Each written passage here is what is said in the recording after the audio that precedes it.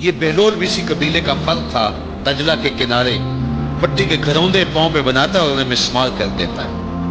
وہ کبھی آپ نے دیکھا ہوگا کہ بچے ریت میں اپنا پاؤں رکھ کر کے اوپر سے ریت تھپک لیتے ہیں اور پھر پاؤں ہولے سے نکال لیتے ہیں، بچ جائے تو بڑے خوش ہوتے ہیں، اور جب کھیل ختم ہو جاتے تو اسے گرا دیتے ہیں اپنے ہاتھوں سے۔ بہلول بھی اسی شغل میں لگا ہوا، بہلول یہ کام کر رہا ہے، گروندے بناتا ہے گراتا ہے، گروندے بناتا ہے گراتا ہے۔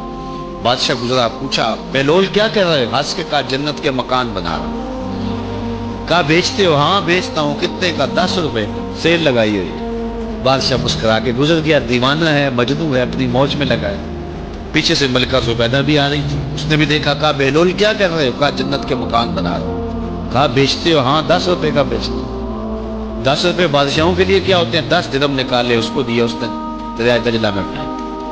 فقیر اتنی دیر تک فقیر نہیں بنتا، داتا صاحب فرماتے جب تک مٹی کا ڈھیلا اور سونے کی ڈلی اس کی نظر میں برابر نہیں ہو جاتی۔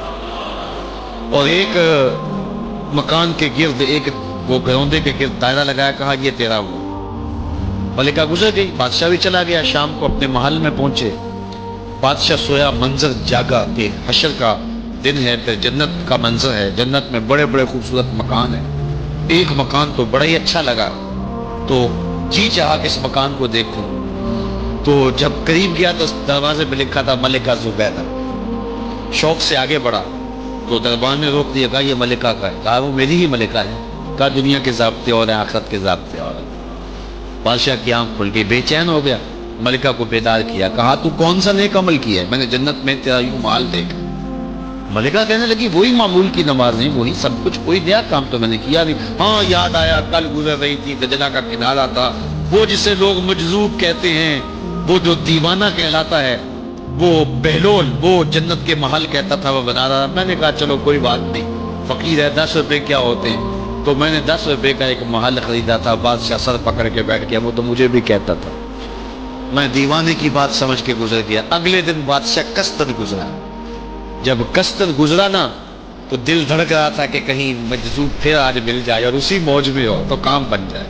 دیکھا تو بہلول وہاں بیٹھا، آگے بڑھ کے دیکھا تو کام بھی ہوئی۔ بادشاہ پھر رک گیا، پوچھا اب بہلول کیا کر رہے ہو؟ اب دل دھڑک رہا تھا کہ مجذوب ہے، کوئی اور بات کہہ دے تو چلو اچھا ہو کہ وہی جواب دے دے۔ اس نے وہی جواب دیا، جنت کے محل بنا رہا ہوں۔ بادشاہ کا کچھ دل ٹھہرا، پھر کہا اچھا بیچتے بھی ہو؟ ہاں ہاں بیچنے کے لیے بنا رہا ہوں۔ بادشاہ ادھر جیب میں ہاتھ ڈال رہا ہے اور ادھر پوچھ رہا ہے کتنے کا؟ کہا آدھی حکومت لگے گی۔ کہا کل تو 10 روپے کے بتا رہے تھے۔ کہا کل تم نے دیکھا نہیں تھا، آج سودا دیکھ کے لے رہے ہو۔ اللہ تعالیٰ ارشاد فرماتا ہے انما تنذر من اتبع الذکر وخشی الرحمن بالغیب، جو انڈٹھے سودے کرتے ہیں، جو بغیر دیکھ کے کرتے ہیں۔ اچھا چلو ایک خوشخبری میں آپ کو بھی سناؤں، اور وہ خوشخبری رسول اللہ کی زبان سے۔ حضور نے فرمایا طوبی لمن رآنی وآمن بی وطوبی 7 مرات من لم یرانی وآمن بی۔ فرمایا صحابہ تمہیں مبارک ہو ایمان کی کہ تم نے مجھے دیکھا اور میرے اوپر ایمان لائے، اور کہا انہیں 7 مبارکی ہوں جنہوں نے مجھے دیکھا بھی نہیں ہوگا اور پھر بھی ایمان لائیں۔ انما تنذر من اتبع الذکر وخشی الرحمن بالغیب فبشرہ بمغفرۃ واجر کریم۔